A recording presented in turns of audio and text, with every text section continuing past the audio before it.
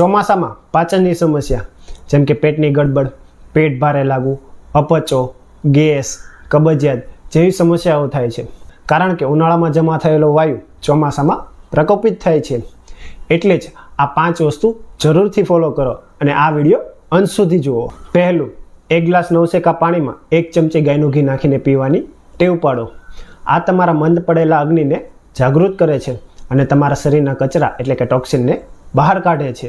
બીજું, જમ્યાના 10 મિનિટ પહેલાં આદુની પાતળી ચીર કરી તેના પર સેંધવ મીઠી લગાવીને ચાવી જાઓ. આનાથી લાળ રસ બનશે અને તમારી મંદ પડેલી પાચક અગ્નિ તરત જ એક્ટિવ થઈ જશે.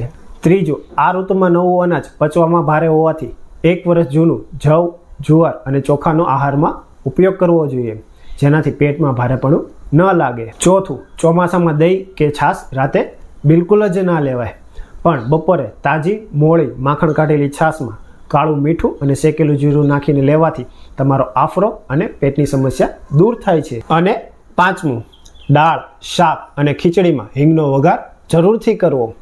હિંગ એ ઉત્તમ વાત શામક છે, એટલે રસોઈમાં હિંગ અને સુવાદાણાનો ઉપયોગ કરવાથી શરીરમાં વાતનો સંગ્રહ બિલકુલ નથી થતો. આવી જ રીતે ચોમાસામાં બીજી કઈ કાળજી રાખવી એ જાણવા માટે કોમેન્ટ કરો વર્ષા ઋતુ.